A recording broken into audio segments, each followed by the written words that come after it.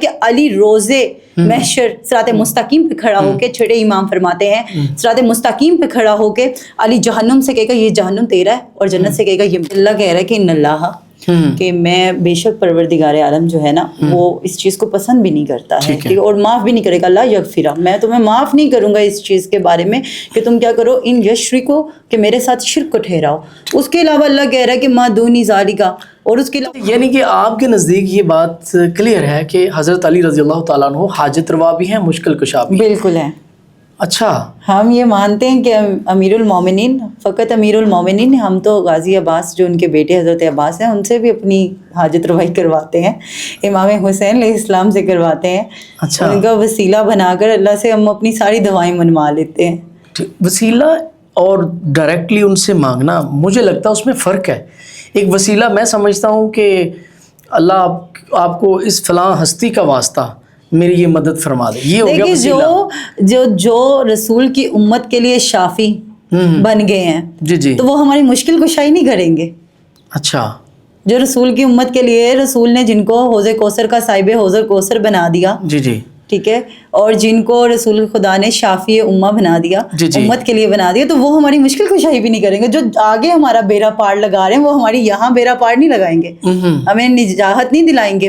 اور پھر کہا رسول خدا کے یہ فرمان ہے، حدیث زندہ ہے، قیامت تک کے لیے زندہ رہے گی، قول محمد زندہ رہے گا. تو ان الحسین مصب الہدیٰ والسفینۃ النجات، جو حسین کی کشتی میں فقط ہدایت نہیں ملنی ہے، یہاں سے مصب الہدیٰ نہیں ہے حسین کہ حسین فقط ہدایت کا چراغ ہو. حسین کی کشتی میں سوار ہوا تو یہاں سے ہدایت بھی ملے گی اور سفینۃ النجات، یہ تمہیں پاڑ بھی لگائے گا. اچھا، تو اچھا، اب یہ تو آپ کا اپنا عقیدہ کہ آپ اس پاڑ لگانے کو کیا سمجھتے ہیں. ٹھیک ہے. جو ناد علی کی آپ بات کر رہی ہیں، جو اہل سنت کے ہاں قرآن مجید میں آیت الکرسی ہے، اس کو ہم پڑھتے ہیں اپنی حفاظت کے لیے. جو حدیث سے پڑھتے ہیں ہم اس کے منکر تھوڑی ہیں. سن تو لیجیے.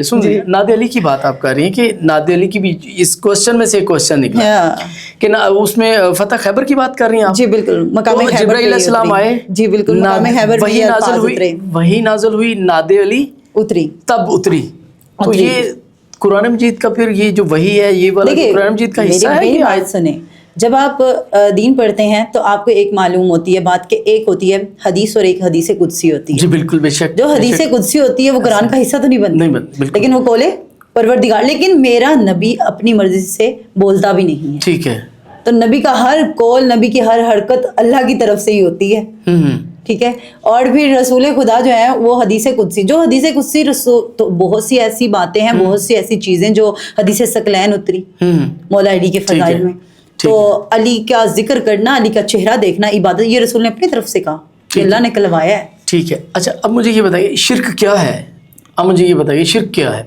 شرک میں نے آپ کو جیسا کہ مثال کے توحید میں بھی بتایا کہ اس کی ذات صفات میں کسی اور کو شریک کر لینا، ٹھیک ہے، اس کو واحد یکتا سمجھنا. خود اللہ تعالیٰ سورہ نساء کے اندر فرما رہا ہے کہ اللہ کہہ رہا ہے کہ ان اللہ، کہ میں بے شک پروردگار عالم جو ہے نا وہ اس چیز کو پسند بھی نہیں کرتا ہے اور معاف بھی نہیں کرے گا. لا یغفرہ، میں تمہیں معاف نہیں کروں گا اس چیز کے بارے میں کہ تم کیا کرو، ان یشرکو، کہ میرے ساتھ شرک کو ٹھہراؤ.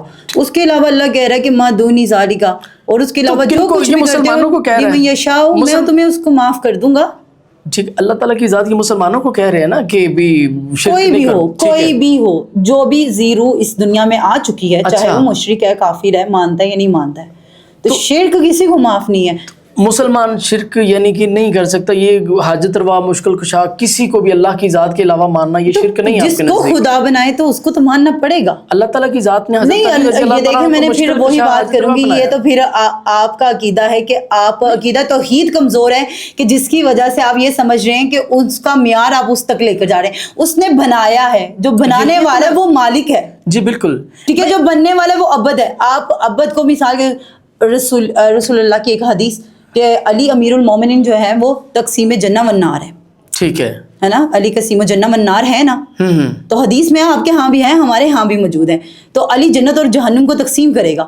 تو یہ کس کی طرف سے آیا فرمان؟ اللہ کی طرف سے فرمان اترا.